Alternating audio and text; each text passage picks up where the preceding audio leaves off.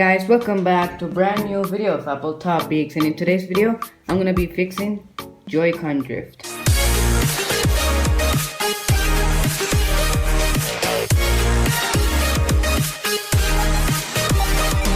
So this is how it came in, that very nice Tom Nook photo of Animal Crossing New Horizons.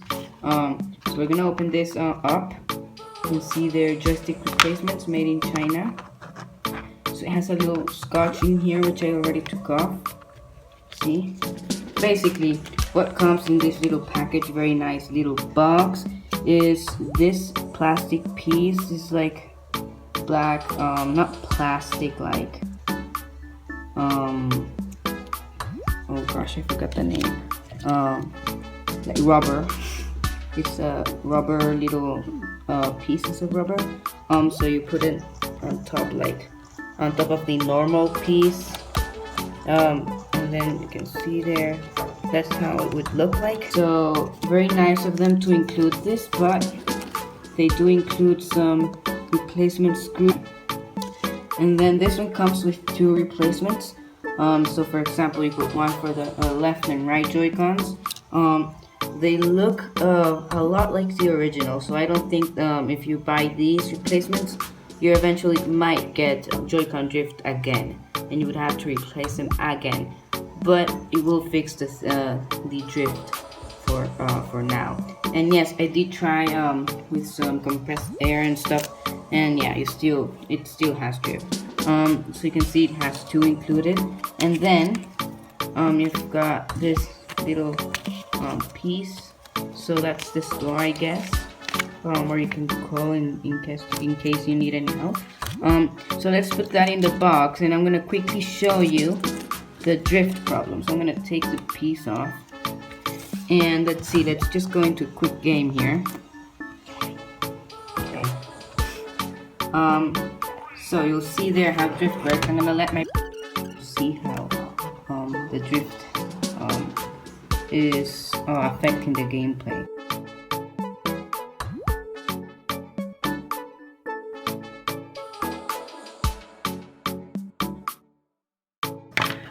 I recommend, if you've never done anything to do with opening electronics, I recommend you to go to ifixit.com. Not sponsored or anything. I just really think it's they do have very good guides. So I think, yeah, this is the Y000.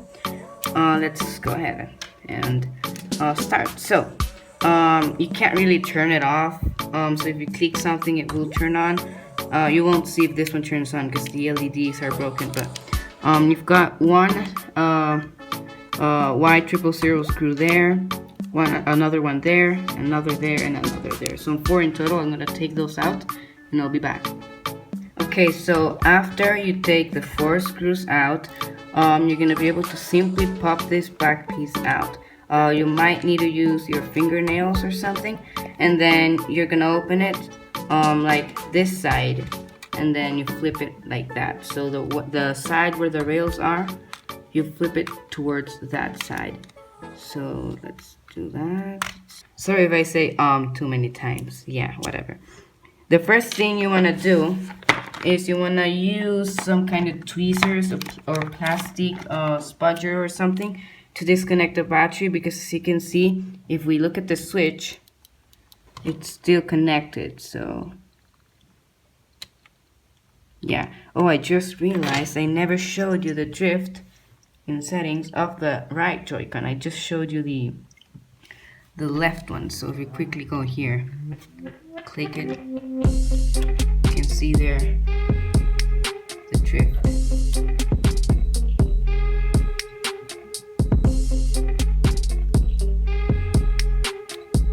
Yeah, you can see there's definitely some drift there. So yeah, let's just open this up again. And what you want to do is, as I told you, use some tweezers, preferably without metal, because it is a battery connector. So you just lift that up. There we go. You can see it's now not responding. You can see it's trying to connect. What I do is I take out the battery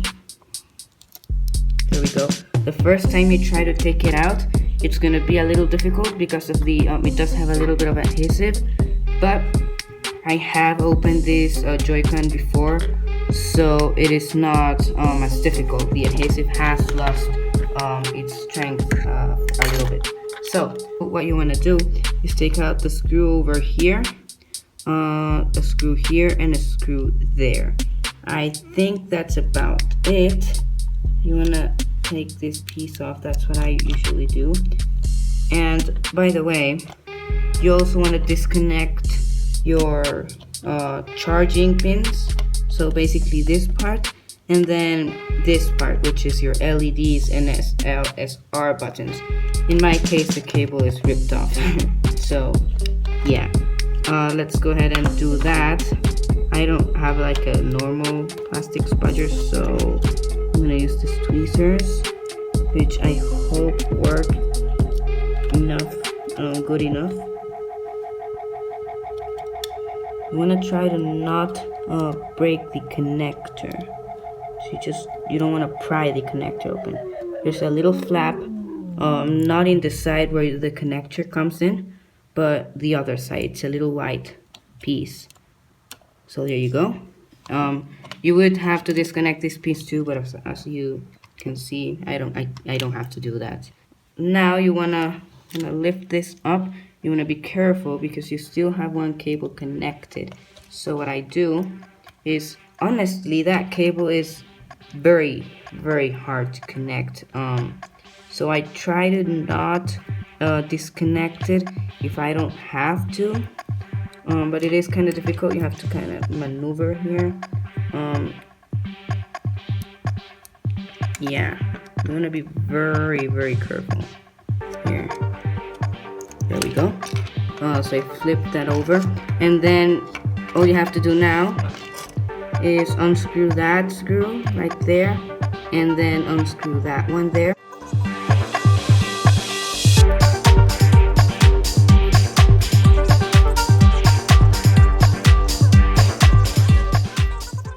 So yeah, be very careful. You flip the little door there, and now we can just pull out the joystick. There is a little rubber black paper piece here. You don't want to break. It's not a big deal if you do. There we go. That's the little black piece there. I don't know if you can really see it. So here we've got the old joystick. The kind of rubber piece in here was also kind of messed up.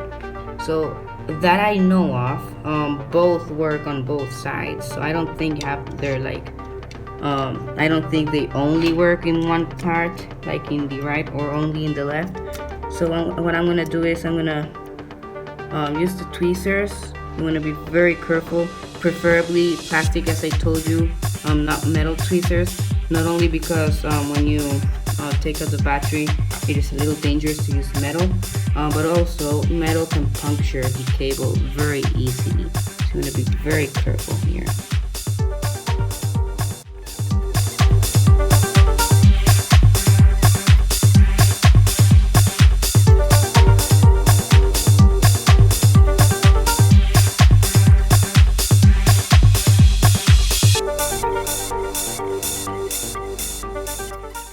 Since it came off, which is very, something that might happen to you too. And you might want to clean it there because it is someplace. It is a place where there's a lot of dirtiness, like dust that can get in. Okay, there we go. So you flip it around very carefully so you don't rip the cable right off. Okay, there we go. Now let's start putting the screws back in.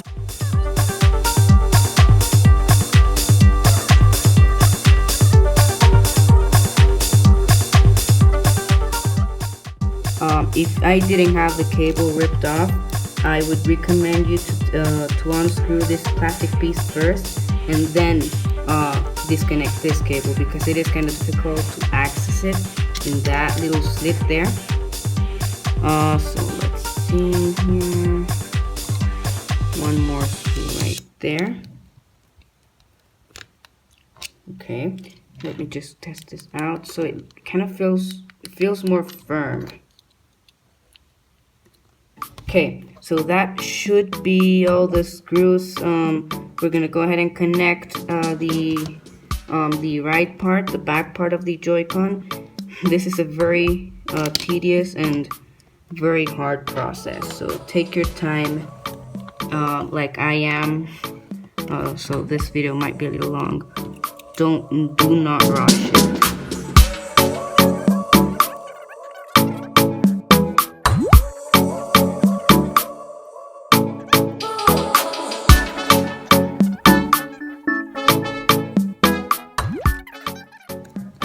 Okay, I think it's in. Okay, let's like kind of put it together without the screws in.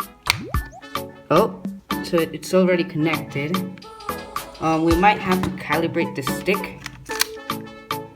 So let's put this in here. Yeah, it kind of looks brand new.